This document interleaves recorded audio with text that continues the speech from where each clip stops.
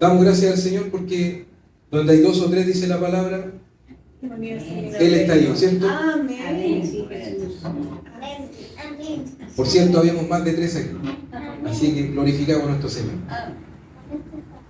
Bien, para los que están ahí en las transmisiones, Facebook, YouTube y ahora Instagram, les saludamos. Si usted se viene recién incorporando a la transmisión, le contamos que somos la iglesia ICBR. Estamos acá en Viña del Mar, en 4 Oriente, esquina 15 Norte.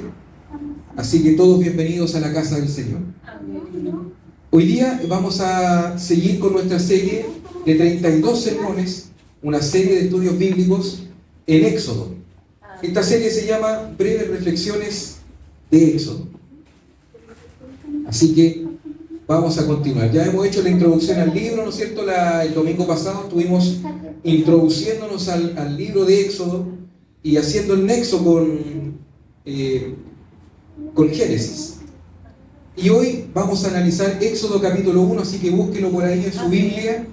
Los que están acá en las transmisiones, puede buscarlo también. Usted, hay un tiempo para que vaya a buscar su Biblia, se siente ahí en el living o en el auto, donde quiera que usted esté escuchando esto, en su trabajo. Pueda usted también estar ahí conectado con la palabra del Señor. El título del sermón de hoy en Éxodo capítulo 1 se llama La fidelidad de Dios bajo la opresión. ¿Cuántos se han sentido oprimidos? ¿Cuántos se han sentido asfixiados muchas veces? ¿Y parece que no hay salida?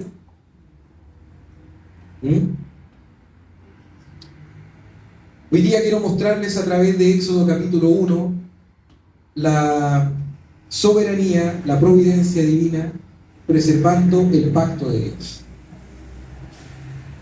Voy a ponerme mis lentes.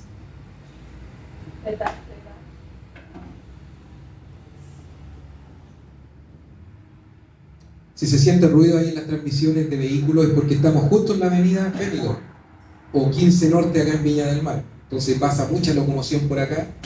No hay excusa para no venir, porque hay mucha locomoción. Éxodo capítulo 1, vamos a leer del verso 8 al 12, son los pasajes más centrales de este capítulo. Después vamos a ir devolviéndonos al verso 1 y vamos a ir haciendo un ping-pong, pero vamos a comenzar leyendo como lectura central Éxodo capítulo 1, verso 8 al 12. ¿Todos lo tienen? ¿Sí? Bien. Vamos a leer entonces. Dice: Entre tanto, se levantó sobre Egipto un nuevo rey que no conocía a José, y dijo a su pueblo, verso 9, He aquí, el pueblo de los hijos de Israel es mayor y más fuerte que nosotros. Es interesante, guarde ese verso 9 en su corazón, porque los científicos han descubierto hoy día que el éxodo sí fue real, pero que solo fue un grupito chiquitito, como de 12, 15, 20 personas. Lo cual es mentira. La Biblia, ¿qué está diciendo? El pueblo de Israel era más grande que el pueblo de Egipto. Sigamos, verso 10.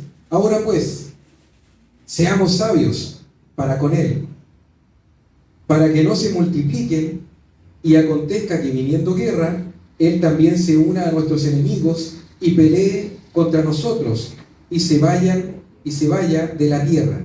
Verso 11. Entonces pusieron sobre ellos comisarios de tributos, que les molestasen con sus cargas, y edificaron para Faraón las ciudades de almacenaje Pitón, Ramesés.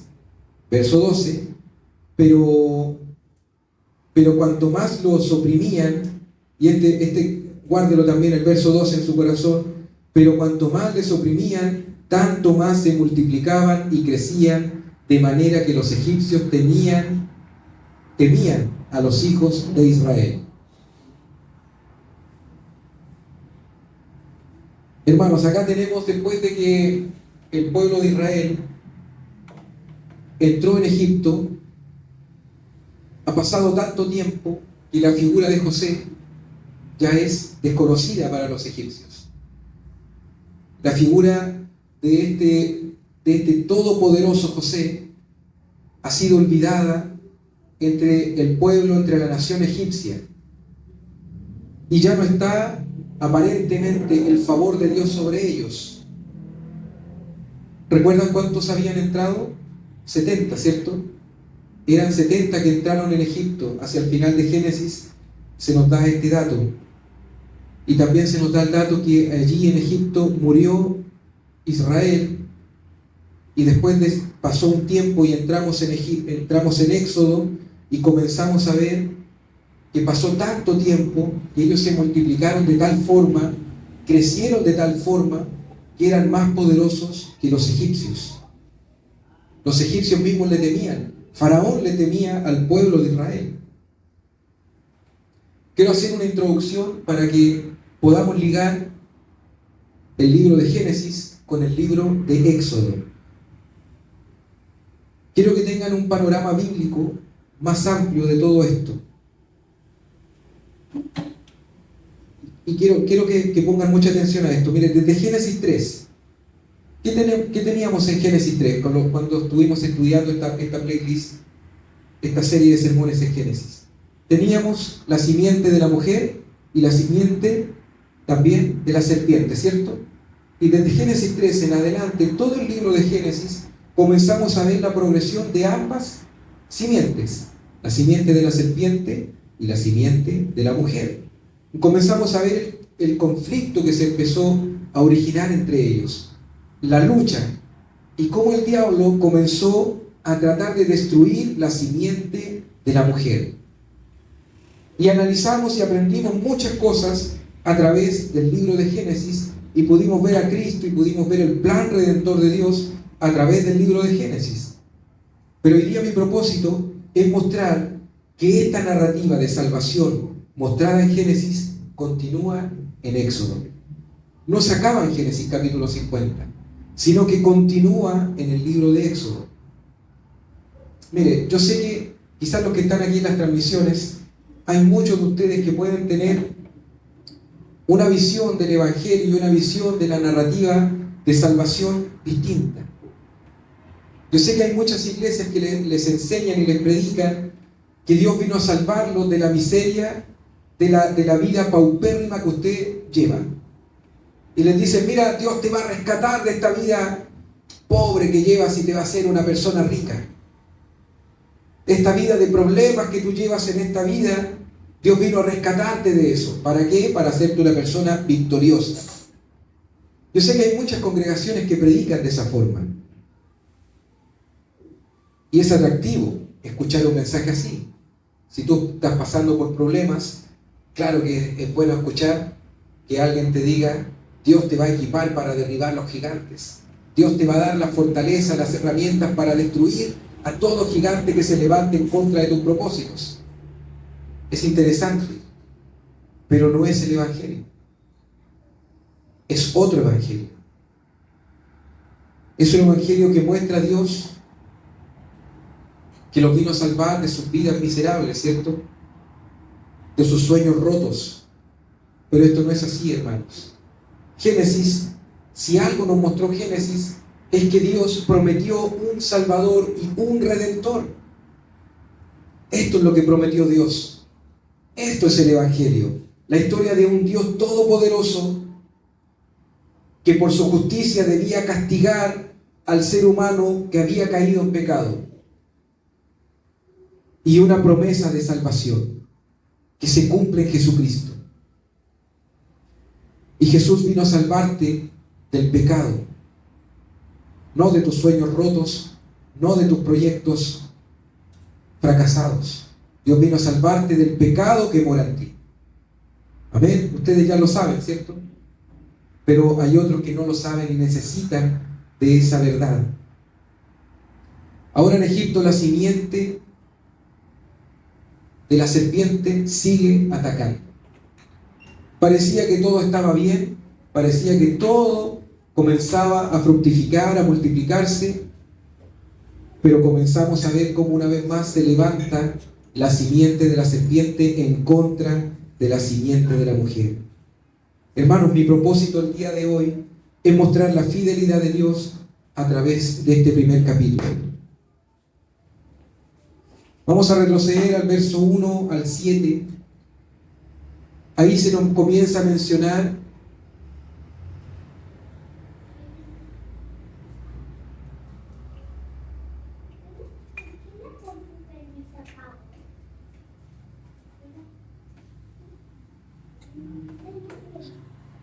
dice, estos son los nombres de los hijos de Israel que entraron en Egipto con Jacob. En Egipto con Jacob. Cada uno entró con su familia. Rubén, Simeón, Leví, Judá, Isaacar, Zabulón, Benjamín, Dan, Neftalí, Gad y Aser.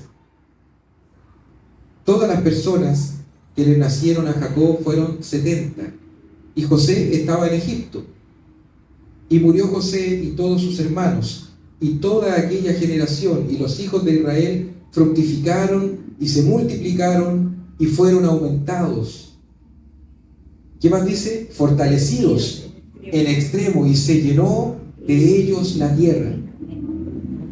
Hermanos, se está cumpliendo el mandato hecho en Génesis, ¿o no? Multiplicados y fructificados, subyugar la tierra, y ellos estaban cumpliendo ese mandato.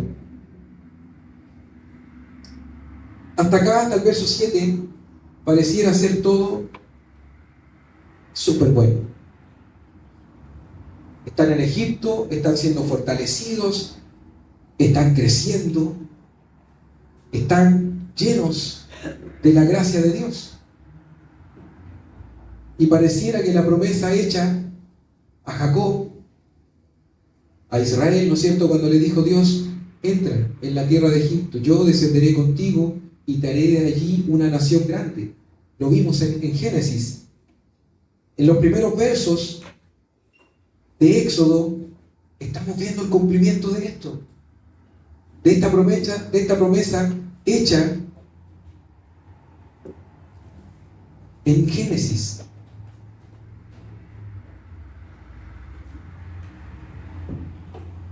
Qué interesante cómo Moisés, el autor de este libro, está ligando en los primeros versos de este primer capítulo Génesis con Éxodo, y nos está dejando saber, Dios sí hizo lo que prometió. Prometió en Génesis que íbamos a ser una nación grande, y Dios lo cumplió. En los primeros versos lo podemos ver.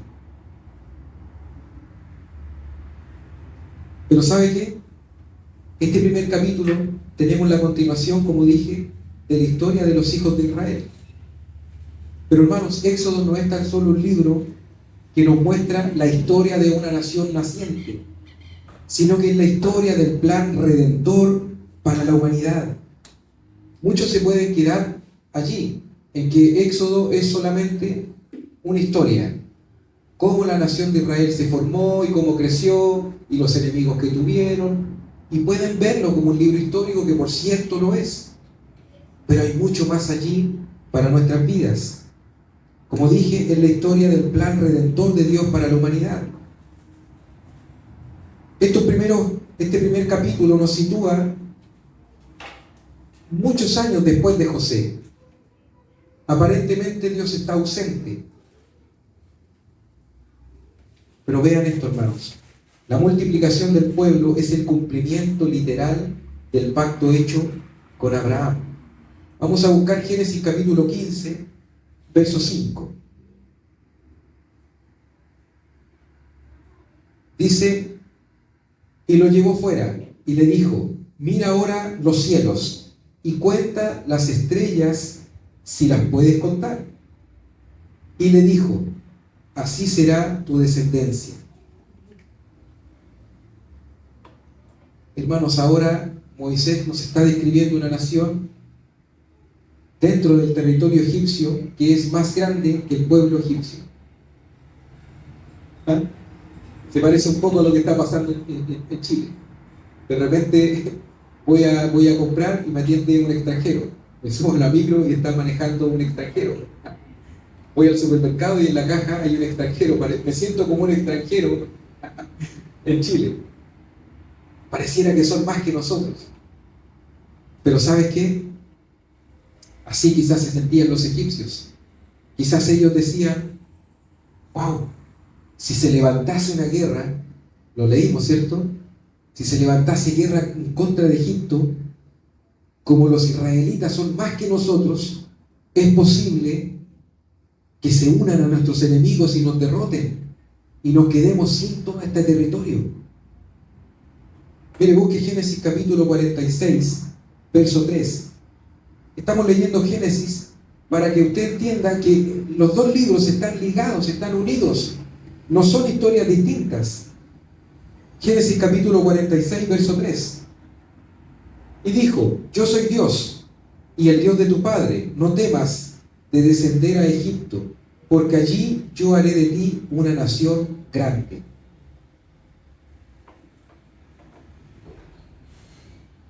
Hermanos, es interesante que Moisés se tome el tiempo para escribir en este primer capítulo el cumplimiento de las promesas de Dios. Esto debe ocasionar en nuestros corazones mucho gozo. Gocémonos, hermanos, porque Dios es un Dios fiel, que Él ha prometido a su pueblo, Él ha prometido cosas a la iglesia y Él las va a cumplir. Por eso Moisés está escribiendo estas primeras letras, estos primeros versos, para inyectarle fe a los hijos de Israel, a nosotros, la iglesia del Señor, para decirnos: mira, no solo Dios lo promete, sino que además lo cumple. Él no es hombre para que mienta. Si Dios dice algo, Él lo hace. Éxodo capítulo 1, verso 7 dice: y los hijos de Israel fructificaron y se multiplicaron y fueron aumentados y fortalecidos en extremo, y se llenó de ellos la tierra.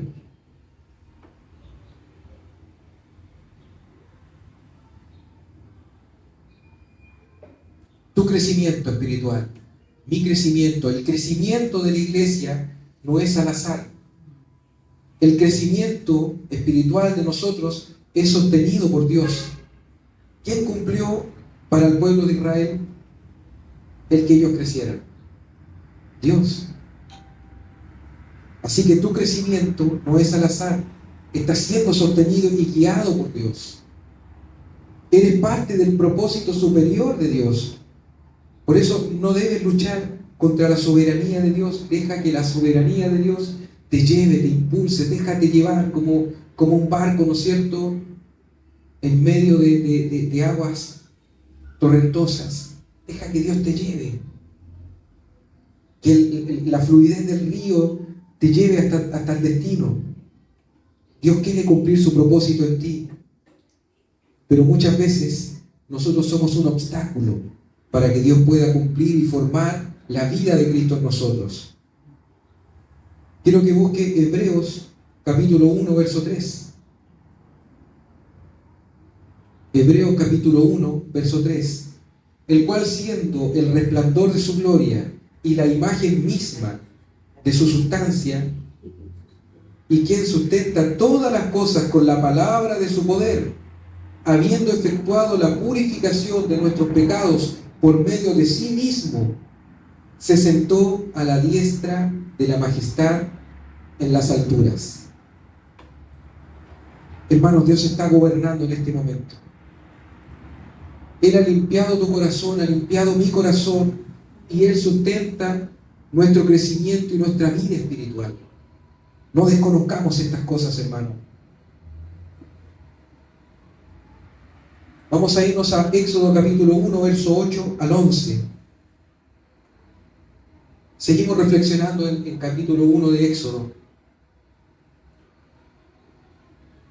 El verso 8 dice: entre tanto se levantó sobre Egipto un nuevo rey, que no conocía a José, y dijo a su pueblo: he aquí, el pueblo de los hijos de Israel es mayor y más fuerte que nosotros. Ahora pues seamos sabios para con él, para que no se multipliquen y acontezca que, viniendo guerra, él también se una a nuestros enemigos y pelee contra nosotros y se vaya de la tierra. Entonces pusieron sobre ellos comisarios de tributos que los molestasen con sus cargas, y edificaron para Faraón las ciudades de almacenaje, Pitón y Ramesés. En estos versos, hermanos míos, que hemos leído por segunda vez en este sermón, vemos cómo todo comienza a cambiar. Del verso 1 al verso 7 está el cumplimiento de la promesa del Señor de hacerlos una nación grande. Están llenos de esperanza, de júbilo, alegría, se sienten poderosos. ¿No suena esto a cuando nos está yendo bien en la vida? Un buen trabajo, buen salario, ¿ah? La familia, nadie está enfermo, estamos todos bien, está todo espectacular, todo es miel sobre hojuelas. Ajá. Pero de un segundo a otro, todo puede cambiar. Y de un momento a otro, todo cambió para el pueblo de Israel. Entonces comenzaron a ser perseguidos, comenzaron a ser oprimidos, se les empezó a cobrar tributo, se les empezó a esclavizar, empezaron a construir para Faraón ciudades. Y así se pasaron muchos años, lo vamos a ver, dentro de la opresión. Por un lado estaba la amenaza de Faraón, que es la serpiente rugiente. La simiente de la serpiente una vez más levantándose en contra de la simiente de la mujer. Los tiempos buenos que el pueblo de Israel había vivido están quedando atrás y están entrando en una etapa oscura, en una etapa de prueba, de aflicción, en una etapa de mucha lucha, de mucha angustia. Tanto que van a comenzar a renegar de Dios y van a comenzar a olvidarse de Dios. Fue tanta la opresión que ellos sintieron. Quiero que busque Hechos capítulo 4, verso 27 al 28.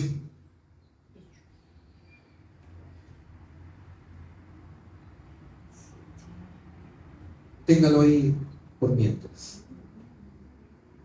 El nuevo rey teme al pueblo de Dios y actúa como un instrumento de Satanás. Busca aplastar a la simiente prometida. Aquí se identifica la guerra espiritual, descrita en Génesis capítulo 3, verso 15. Por eso quiero que usted vaya ligando el libro. La estrategia del mundo es clara: oprimir, intimidar y exterminar. Hermanos, acá en Chile nosotros estamos viviendo tiempos difíciles también para la iglesia. Hay cosas que ya no podemos predicar, hay cosas que no podemos decir. No podemos mencionar que la homosexualidad son depravaciones, porque si lo hacemos nos exponemos ¿a qué cosa? A que nos persigan, que nos demanden. No podemos decir que el adulterio y la fornicación son pecado y son aberraciones. ¿Por qué? Porque nos exponemos a demandas. Hay muchas cosas que no podemos decir hoy día. La iglesia de Dios está siendo perseguida, oprimida, intimidada. El poder político,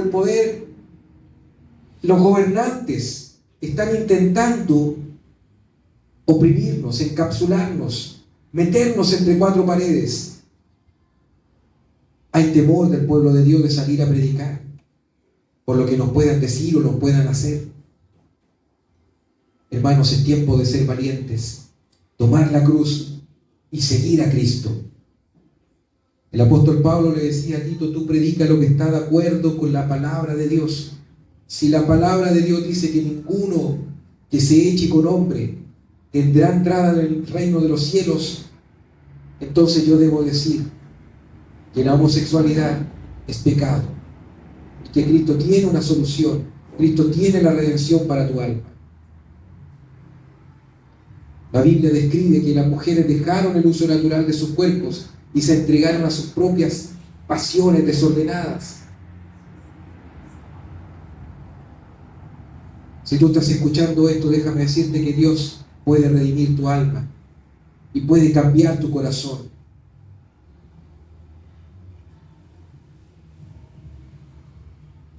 Hermano, quiero que entienda que aún las acciones de los impíos, aún esta opresión, aún esta intimidación que se nos hace como pueblo de Dios, Dios la usa para sacar a sus verdaderos hijos. Porque así como Juan el Bautista predicaba y terminó muerto por predicar, así como los apóstoles predicaban y terminaron muertos por predicar el Evangelio, así es el momento que hoy día nos levantemos y comencemos a predicar el verdadero Evangelio. No ese Evangelio de la prosperidad, de los sueños, de los coaching. No, ese Evangelio no. El verdadero Evangelio. Amigos, si tú estás en una iglesia donde te están predicando como un coach para que tu autoestima sea enalzada, estás en la iglesia equivocada. Te estás apartando de la fe en Cristo. Si el centro de la predicación donde tú estás yendo es el hombre, es que tú seas mejor y que tú seas una mejor versión de ti mismo, huye de ese lugar. Son herejías, son doctrinas del diablo. Hechos capítulo 4, verso 27 al 28 dice: porque verdaderamente se unieron en esta ciudad contra tu santo Hijo, Jesús, a quien ungiste Herodes y Poncio Pilatos con los gentiles y el pueblo de Israel, para hacer cuanto tu mano y tu consejo habían antes determinado que sucediera. Faraón sirve a los propósitos de Dios sin él saberlo. Él libremente decidió oprimir al pueblo de Israel sin saber que era un instrumento en las manos de Dios. Así hoy día muchos están apartando al pueblo de Dios de la fe en Cristo y están buscando satisfacer sus propias naturalezas, sus propios sueños, sus propios proyectos, en vez de buscar que Cristo sea formado en la vida de cada uno. Pero sin saber, todos estos falsos maestros, falsos profetas y falsos apóstoles están sirviendo al propósito de Dios, porque la Biblia describe, el apóstol Pedro hace una advertencia profética y dice: hubo entre nosotros falsos profetas y lo habrá también entre nosotros. En los últimos tiempos dijo Jesús que iban a venir muchos falsos maestros y falsos profetas, y todos aquellos están sirviendo al propósito escatológico de Dios. Hermanos, Éxodo capítulo 1, del verso 12 al 14, vamos a ir avanzando.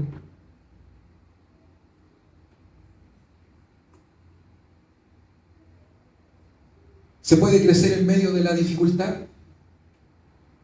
Yo le enseño a mis hijos, les digo: mira, no puedes aprender si no te equivocas. Es necesario que te equivoques, que cometas errores para poder aprender y para poder crecer. A veces es necesario un poco de padecimiento, decía el apóstol Pedro.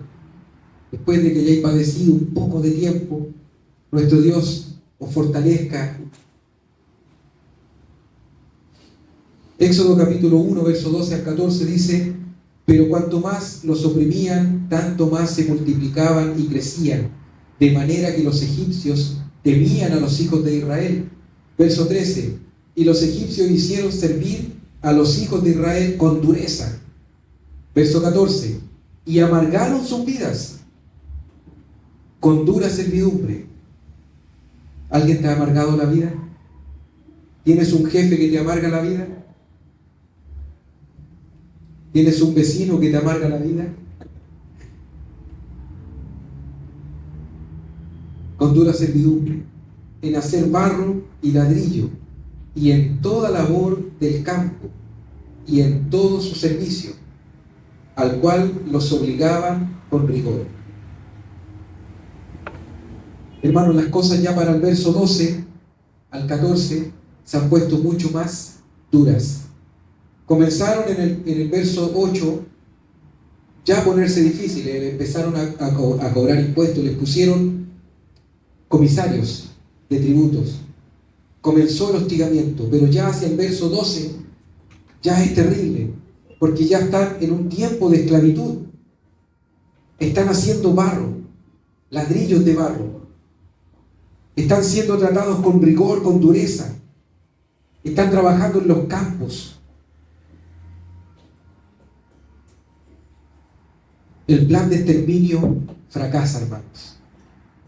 La opresión humana es el abono divino para la multiplicación. Hermanos, la iglesia primitiva eran perseguidos y llevados a la muerte, eran tirados en el foso de los leones, en el circo romano, por predicar el evangelio. Nosotros estamos yendo aquí a 14 Norte a predicar y hay total libertad para poder hacerlo. No hay ningún problema. Pero aún así los hermanos no van. ¿Cuántas iglesias hay en Viña del Mar? ¿Cuántas están haciendo evangelismo? ¿Cuántas están predicando el evangelio?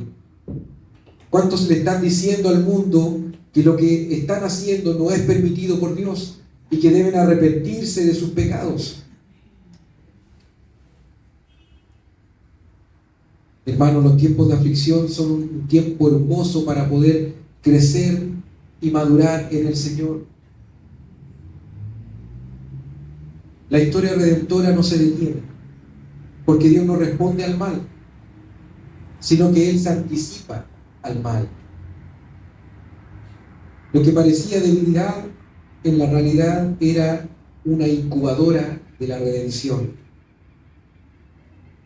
Hermanos, dentro de estos sermones vamos a ver después cómo llega el libertador.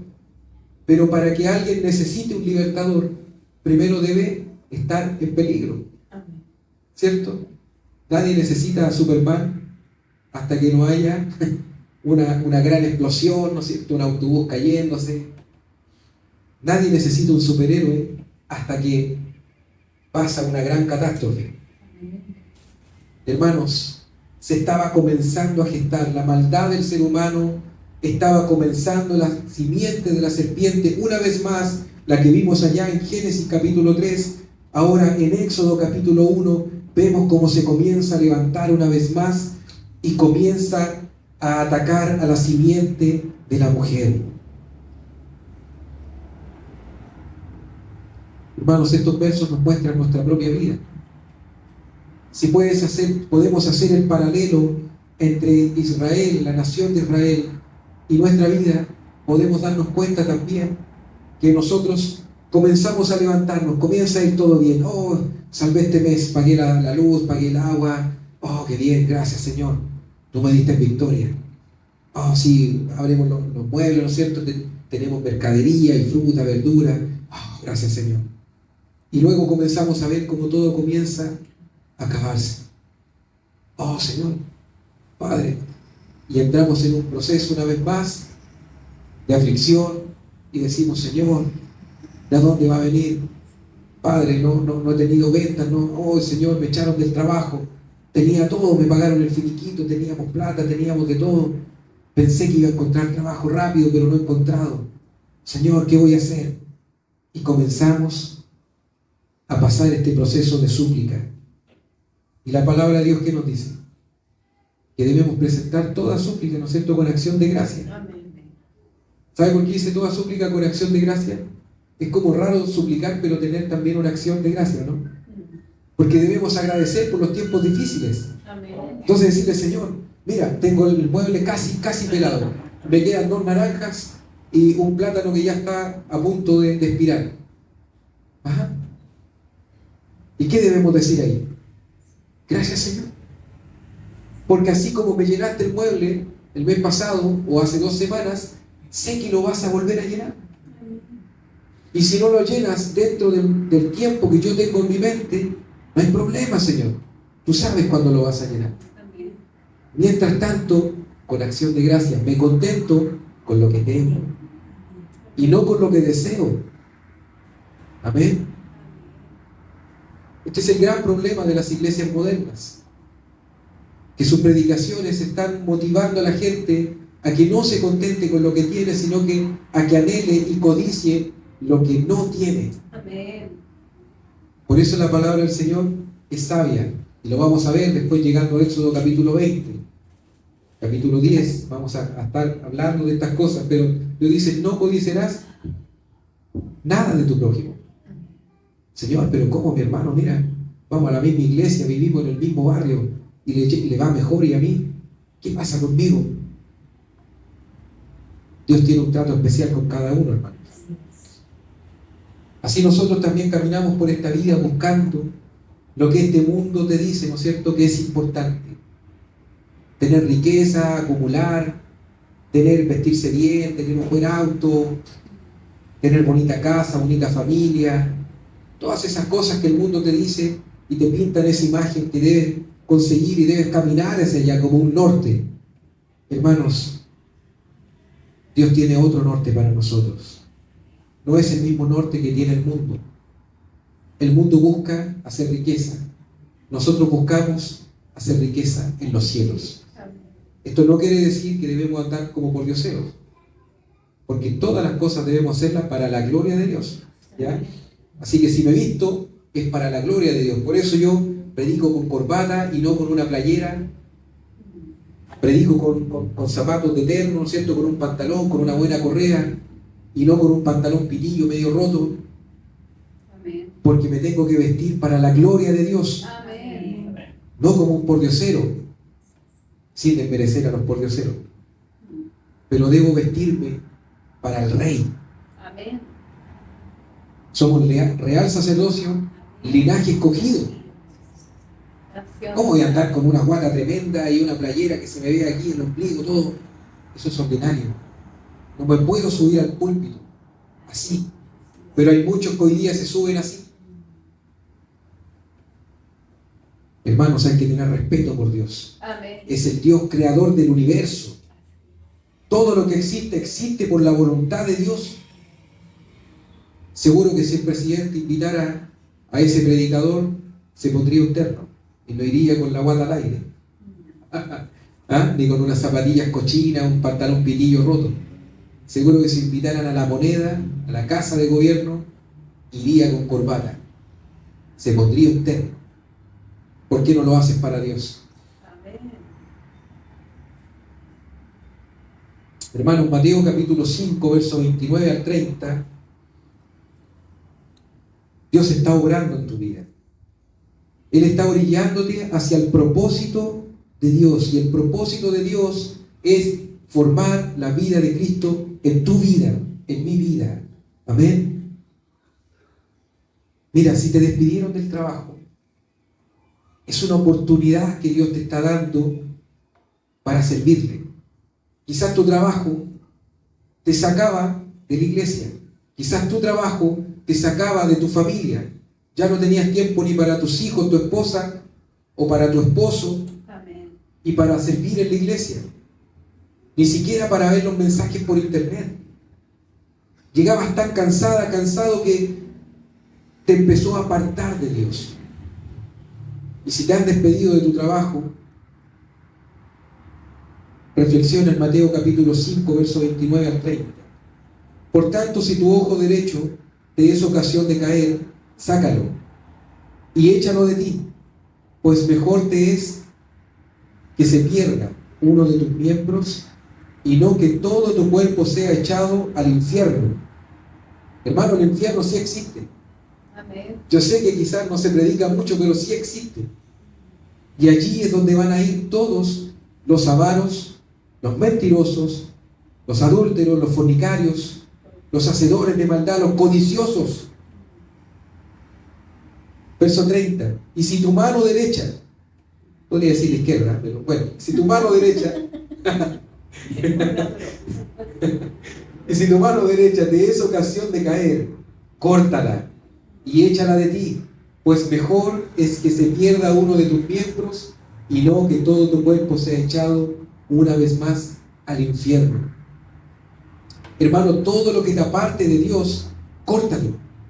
Todo lo que te quite el tiempo de hacer tus devocionales diarios, de orar diariamente, córtalo, sácalo de tu vida. Si hay alguna serie, algún programa, lo que sea que te esté apartando del Señor, córtalo, sácalo. Porque no vas a entrar al cielo viendo una serie. No vas a entrar al cielo viendo videos de YouTube.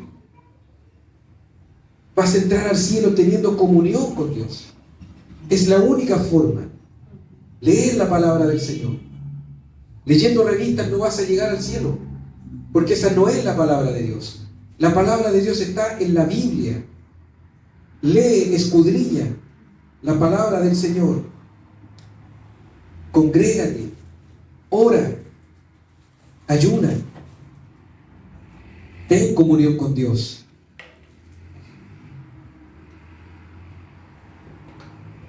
Hermanos, el proceso es duro, pero debemos caminar hacia una iglesia sin mancha, sin arruga.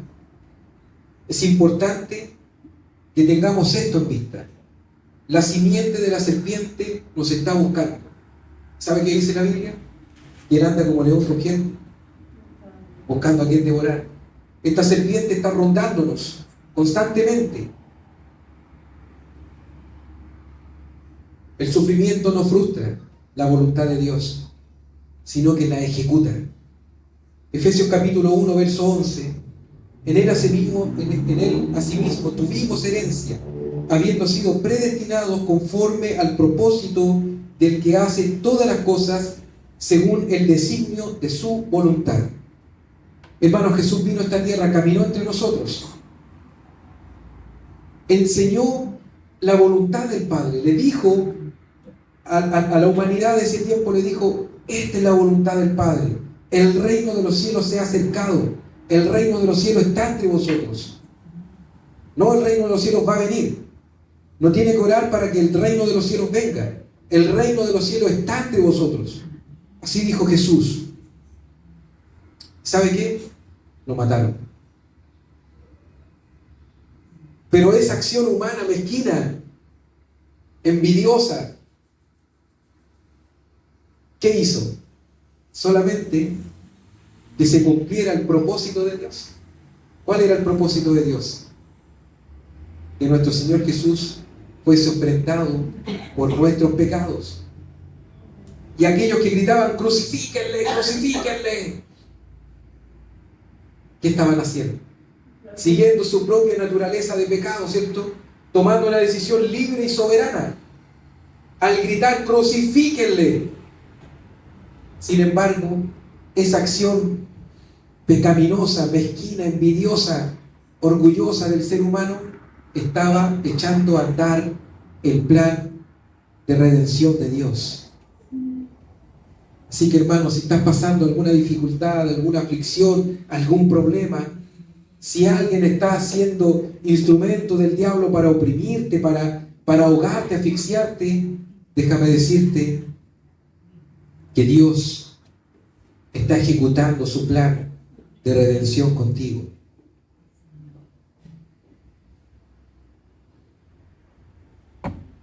La obra regeneradora de Dios no termina cuando decimos sí, acepto.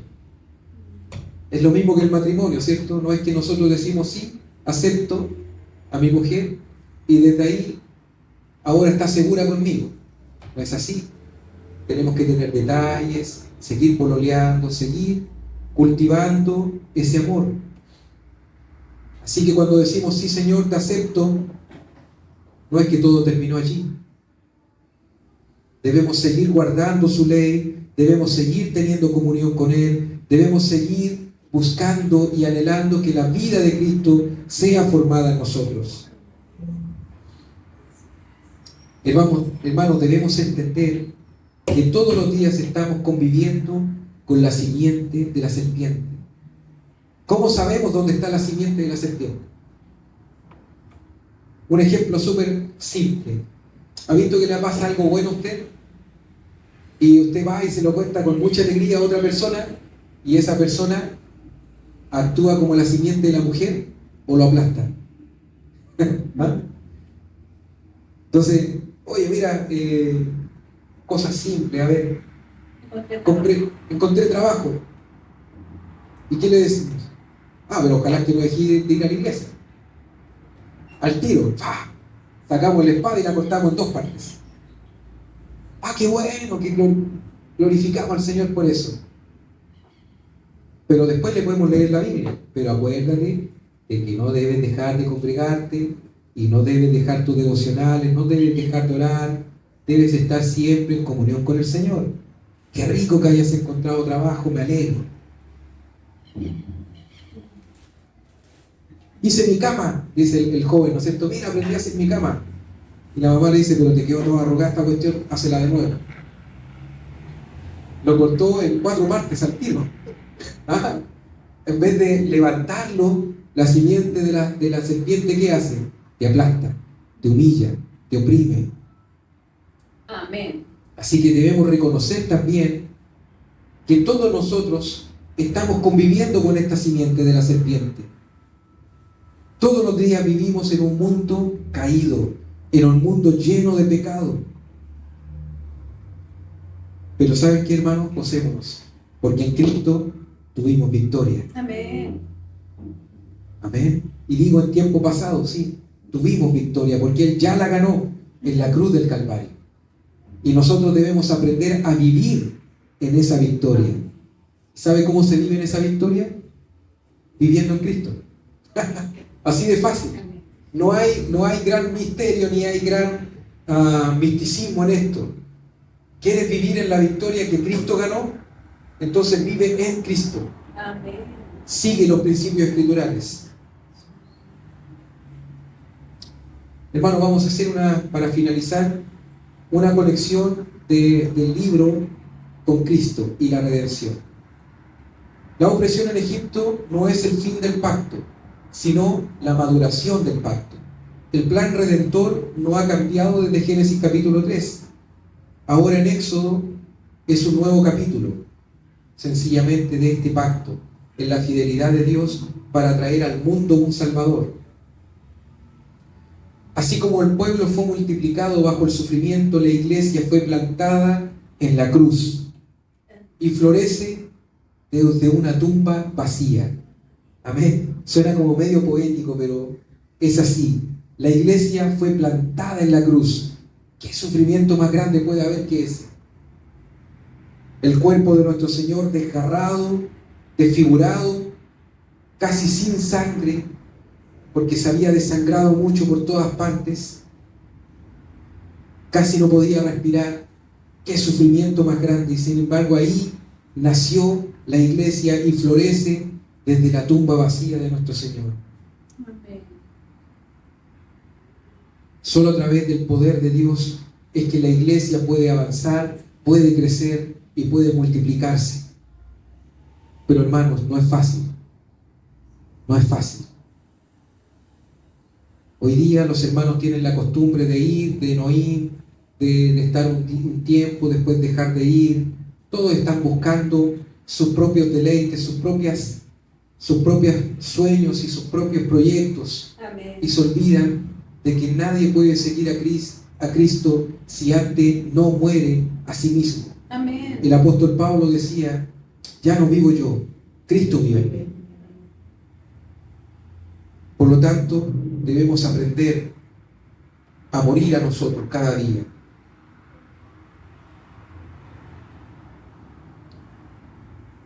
Mira, Dios no está ausente en Egipto. Dios no está ausente en tu vida. Dios no está ausente en tu día a día. Él está obrando incluso cuando tú piensas que no está obrando. Él está haciendo cosas, está gestando cosas, aunque tú no puedas ver, aunque tú no puedas escuchar, aunque tú no puedas palpar esas cosas.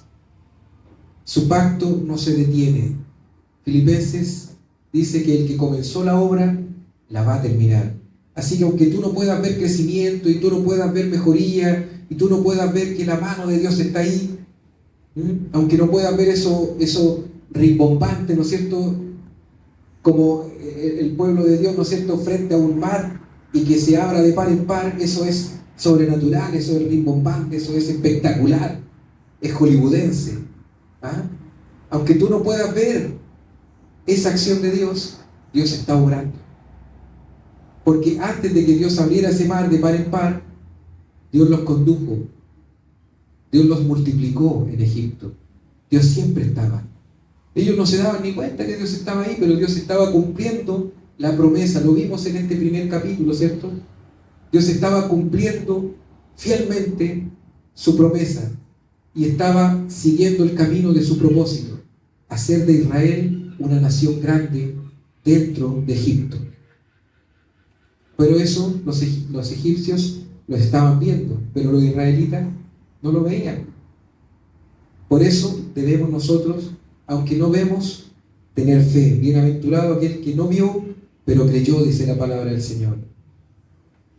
La persecución no detiene la obra de Dios. La aflicción no es una prueba de la derrota. Debemos pensar así, debemos entender esto muy claramente los que están aquí en las transmisiones. Cuando tú estés en prueba, no es que el diablo te botó al suelo y estás derrotado. Sácate esa mentalidad. La prueba y la derrota son parte del proceso de Dios. Es parte de la formación de Dios. El pueblo de Israel en medio del desierto no estaba derrotado, estaba siendo formado por Dios. Amén. La prueba y la derrota son evidencia del gobierno y de la soberanía de Dios. Dios se fortalece en medio de nuestra debilidad. Hermanos, la serpiente aún muerde, pero no triunfa. Amén. Dígale ahí al que tiene por al lado atrás: la serpiente muerde, pero no triunfa. Amén.